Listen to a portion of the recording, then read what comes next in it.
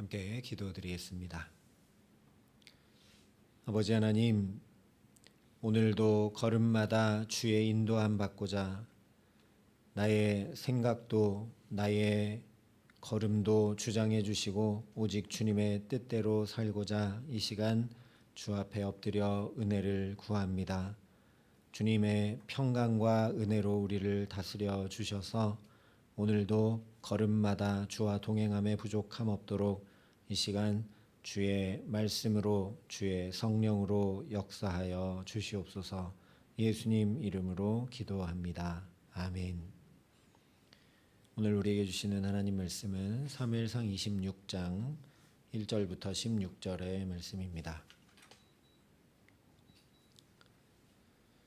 사무엘상 26장 1절부터 16절의 말씀을 봉독해 드리겠습니다. 하나님의 말씀입니다.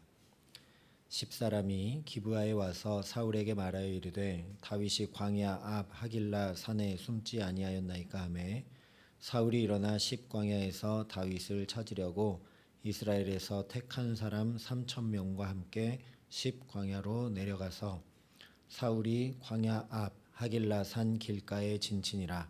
다윗이 광야에 있더니 사울이 자기를 따라 광야로 들어옴을 알고 이에 다윗이 정탐꾼을 보내어 사울이 과연 이른 줄 알고 다윗이 일어나 사울이 진친 곳에 이르러 사울과 넬의 아들 군사령관 아브넬이 머무는 곳을 본즉 사울이 진영 가운데에 누웠고 백성은 그를 둘러 진쳤더라.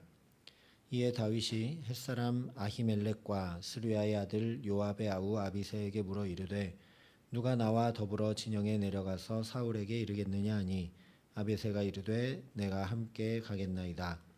다윗과 아비새가 밤에 그 백성에게 나아가 본즉 사울이 진영 가운데 누워 자고 창은 머리 곁 땅에 꽂혀 있고 아브넬과 백성들은 그를 둘러 누웠는지라. 아비새가 다윗에게 이르되 하나님이 오늘 당신의 원수를 당신의 손에 넘기셨나이다. 그러므로 청하오니 내가 창으로 그를 찔러서 단번에 땅에 꽂게 하소서. 내가 그를 2번 찌를 것이 없으리이다 하니 다윗이 아비새에게 이르되 죽이지 말라. 누구든지 손을 들어 여호와의 기름 부음을 받은 자를 치면 죄가 없겠느냐 하고 다윗이 또 이르되 여호와께서 살아계심을 두고 맹세하노니 여호와께서 그를 치시리니 혹은 죽을 날이 이르거나 또는 전장에 나가서 망하리라. 내가 손을 들어 여호와의 기름 부음 받은 자를 치는 것을 여호와께서 금하시나니 너는 그의 머리 곁에 있는 창과 물병만 가지고 가자 하고 다윗이 사울의 머리 곁에서 창과 물병을 가지고 떠나가되 아무도 보거나 눈치채지 못하고 깨어 있는 사람도 없었으니 이는 여호와께서 그들을 깊이 잠들게 하셨으므로 그들이 다 잠들어 있었기 때문이었더라. 이에 다윗이 건너편으로 가서 멀리 산 꼭대기에 서니 거리가 멀더라. 다윗이 백성과 넬의 아들 아브넬을 대하여 외쳐 이르되 아브넬아 너는 대답하지 아니하느냐 하니 아브넬이 대답하여 이르되 왕을 부르는 너는 누구냐 하더라. 다윗이 아브넬에게 이르되 내가 용사가 아니냐. 이스라엘 가운데 너 같은 자가 누구냐. 그러한데 내가 어찌하여 내 주 왕을 보호하지 아니하느냐. 백성 가운데 한 사람이 내 주 왕을 죽이려고 들어갔었느니라. 내가 행한 이 일이 옳지 못하도다. 여호와께서 살아계심을 두고 맹세하노니 여호와의 기름 부음 받은 너의 주를 보호하지 아니하였으니 너희는 마땅히 죽을 자이니라. 이제 왕의 창과 왕의 머리 곁에 있던 물병이 어디 있나 보라 하니. 아멘. 모든 사람이 싫어하는 것 중에 하나는 시험을 치르는 일입니다. 그 시험의 종류가 무엇이든지 간에 우리는 스트레스부터 받게 되죠. 하지만 다시 생각해 볼 필요가 있습니다. 나에게 운전면허 시험을 봐라 한다는 것은 이제 운전을 할 만한 자격이 되었으니 그 실력을 객관적으로 검증받고 자동차를 운전하라는 이야기입니다. 초등학생에게 대학 수학 능력 시험을 치르게 하지 않습니다. 시험을 치를 만한 실력이 갖춰진 사람에게 그 시험 문제지를 주는 것이죠. 그러니 사실 어떤 시험이 내게 오면 정말 기뻐해야 합니다. 아, 내가 이제 하나님 앞에 이런 정도의 사람이 되었구나 라는 사인이기 때문입니다. 돈의 시험이 오면 돈을 이길 만한 실력을 갖춘 사람이 되었다는 것이고, 명예의 시험이 오면 명예에 치심치 않을 만한 사람이 되었기 때문에 하나님께서 그 시험지를 내게 내미는 것이기 때문입니다. 그래서 야고보서에 내 형제들아 너희가 여러 가지 시험을 만나거든 온전히 기쁘게 여기라 말씀한 것입니다. 뿐만 아니라 이렇게 말씀합니다. 이는 너희 믿음의 시련이 인내를 만들어내는 줄 너희가 알미라. 인내를 온전히 이루라. 이는 너희로 온전하고 구비하여 조금도 부족함이 없게 하려 함이라. 우리 삶에 여러 가지 시험을 만나게 하시는 주님의 마음이 바로 이것이라는 말씀입니다. 우리가 온전하고 구비하여 조금도 부족함이 없는 삶을 살기 너무도 원하시기 때문입니다. 내가 나를 볼 때는 아직 그럴 만한 사람이 안 되는 것 같은데 주님은 나를 전혀 다르게 바라보고 계십니다. 나를 등이 관계에서, 돈에서, 명예에서 자유로운 사람이 될 수 있다 인정하시기에 나에게 이러저러한 시험 문제지를 내미시는 것입니다. 그러니 하나님께서 내게 허락하신 문제와 어려움과 아픔이 참으로 기쁨과 감사가 되려면 당연히 그 시험을 잘 치러내야 합니다. 시험을 이겨내야 하고 승리해야 합니다. 더하기 빼기 곱하기 나누기 사칙 연산의 시험을 통과한 사람은 더 이상 그 사칙 연산이 아무 문제가 되지 않기 때문에 더하기 빼기 곱하기 나누기에 대해서는 정말로 더 이상 온전하고 구비하여 조금도 부족함이 없게 됩니다. 문제는 그러면 어떻게 해야 우리가 만나는 시험들을 이기고 승리하여 온전함 가운데로 나갈 수 있느냐라는 것이죠. 그래서 오늘 말씀이 우리에게 중요한 말씀입니다. 왜냐하면 그동안의 여러 가지 시험, 광야의 도피 생활을 통해 다윗이 온전함으로 나아가고 있음을 보여주고 있기 때문입니다. 사실 지금까지 내내 어쩌면 다윗에게 똑같은 시험지가 계속 주어졌습니다. 그 시험지는 바로 사울이 자기를 죽이려고 쫓아오는 시험입니다. 다윗은 이 시험 앞에서 대부분 피하고 도망갔습니다. 이 시험이 풀기 어려웠고 감당하기 어려웠기 때문입니다. 그래서 사람을 의지해 보기도 했습니다. 요나단을 찾아가 보기도 하고 사무엘에게 의탁해 보기도 했습니다. 또한 아예 요단강 건너 모압 요새로 가서 숨기도 하고 적군 블레셋의 한 복판으로 가서 피해 보기도 했습니다. 이것이 보통 우리들의 반응입니다. 시험이 오면 피하거나 도망하거나 사람을 의지합니다. 그러나 그럴 때마다 다윗은 매번 실패하고 말았습니다. 시험을 풀어내는 방법이 틀렸기 때문입니다. 실제 사울이 도저히 쫓아오지 못할 것이라 여긴 블레셋으로 피해봤지만 오히려 더 죽음에 직면하게 돼서 미친 척하고 침을 흘리면서 쫓겨나야만 했습니다. 그래서 다윗이 다른 방법으로 이 시험을 풀어보려고 했던 것이 24장과 25장의 말씀이었습니다. 바로 위협하고 쫓아보내고 없애버리려고 한 것입니다. 사울의 겉옷자락을 가만히 베고서 내가 당신을 충분히 죽일 수 있지만 죽이지 않았다라고 이야기합니다.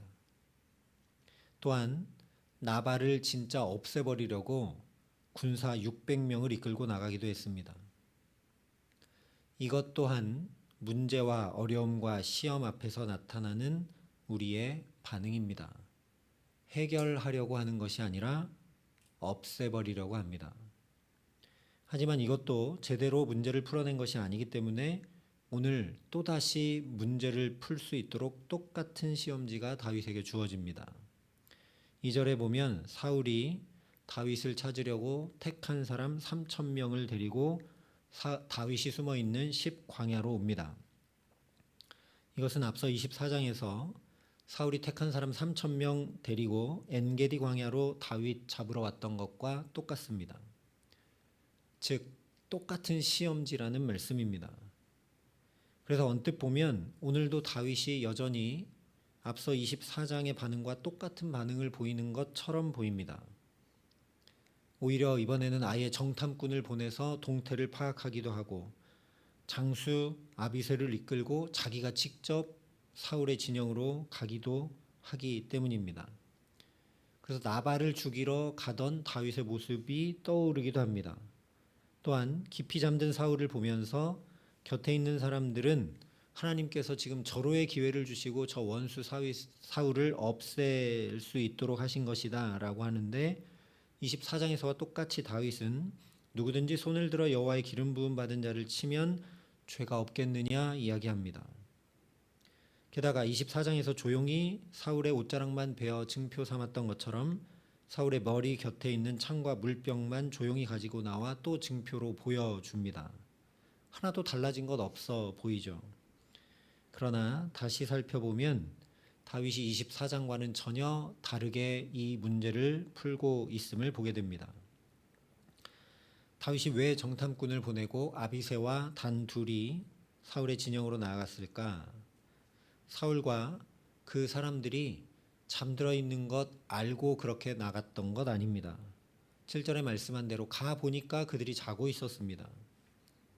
그러니까 다윗이 장수 아비새와 단 둘이 사울의 진영으로 간 것은 사울에게 무언가 직접 말해 보려고 나아갔던 것입니다.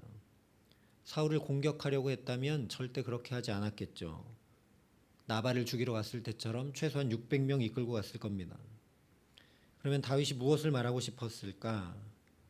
무엇 때문에 어쩌면 목숨을 걸고 택한 사람 3,000명을 거느리고 온 사울에게 아비새와 단 둘이 직접 나가는 것일까? 이후의 언행들이 다윗의 목적이 무엇이었는지 알려주고 있습니다. 11절에는 아비새에게 창과 물병을 가지고 가자라고 했지만 12절을 보면 다윗이 직접 그 창과 물병을 가지고 갑니다. 함께 갔던 아비새가 두 번 찌를 필요도 없이 단번에 사울을 창으로 꽂아 죽이겠다 했기 때문에 그에게 창을 맡기지 않고 자기가 직접 창과 물병을 가지고 사울을 보호한 것입니다. 그래서 건너편 산 꼭대기까지 아주 멀리 간 뒤에서야 사울이 아니라 그의 군대 장관 아브넬을 부르고 있습니다. 그래서 14절부터 16절 말씀을 보면 아브넬을 불러 꾸짖습니다. 사울이 아닙니다. 왜냐하면 책임을 다하지 않고 사울을 보호하지 못해 사울을 죽음의 위기에 처하도록 했기 때문입니다. 이 말은 다른 사람이 아니라 바로 다윗 자신이 사울을 보호했다라고 이야기하는 것이죠. 다윗은 사울을 죽여서 자기가 왕이 되려 하는 것이 전혀 아니다라는 것을 분명하게 말하고자 사울의 진영으로 직접 찾아갔었던 것임을 알게 됩니다. 24장에서는 사울의 옷자락을 가만히 베었었기 때문입니다. 물론 그때도 절호의 기회에도 사울을 죽이지 않고 살려 보내준 거지만 사울 입장에서 생각해 보면 굉장한 수치와 치욕이고 찢어진 그 왕복을 볼 때마다 다윗이 얼마든지 조용히 와서 자기를 죽일 수 있다는 큰 공포와 두려움을 느낄 수밖에 없었을 겁니다. 그랬기 때문에 또 3,000명을 이끌고 다윗 잡으러 온 거죠.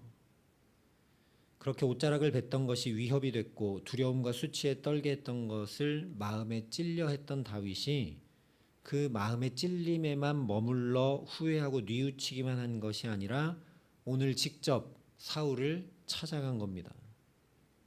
이전까지 다윗은 계속 남 탓을 했습니다. 사울 탓을 했고 나발 탓을 했습니다. 그래서 다윗 안에는 나는 잘못한 게 없는데 내가 왜 도망 다녀야 되는가 하는 그런 억울함, 분노가 있었고 없애고 싶은 마음도 있었기 때문에 사울의 옷자락을 가만히 베었던 것이죠. 또한 그런 억하심정으로 사울을 향해 여호와께서 재판장이 되어 나와 왕 사이에 심판하사 나의 사정을 살펴 억울함을 풀어주시고 나를 왕의 손에서 건지시기를 원하나이다. 앞서 24장에서는 이렇게 얘기했었습니다. 그러나 오늘은 19절에 보면 만일 왕을 충동시켜 나를 해하려 하는 이가 여호와시면 여호와께서는 제물을 받으시기를 원한다 이야기합니다.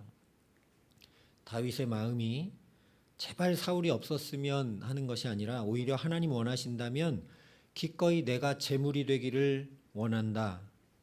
그런 중심으로 바뀌었다라는 이야기입니다. 바로 이것입니다. 내게 닥쳐오는 시험, 힘겹고 어렵고 괴로운 광야의 시간들 속에서 나를 비춰보고 내 삶을 바꿔가는 것이 온전함으로 나아가는 길입니다. 이것을 성경에서는 회개라고 이야기합니다. 다윗이 그냥 마음에 찔려만 하지 않고 사울에게 직접 찾아가 미안하다고, 나는 그런 마음이 아니라고 나아가는 것이 회개죠. 놀라운 은혜는 다윗이 문제 푸는 방법을 달리해서 자기를 들여다보고 내 안에도 사울과 나발이나 똑같은 악과 독이 있구나라는 것을 직시하며 회개하게 되자 이제는 실제로 더 이상 사울의 추격에 쫓기지 않게 됩니다. 오늘 이후로 다윗은 사울을 아예 만나지도 않게 됩니다. 다윗이 이제 시험을 통과하고 온전히 서게 되었다는 증거입니다. 우리도 마음에 찔리기만 하고 그래서 후회하면서 그러지 말걸 하고 뉘우치기만 하는 것이 아니라 나를 되돌아보고 내 삶을 고치고 새롭게 하는 회개의 은혜를 누릴 수 있기를 바랍니다.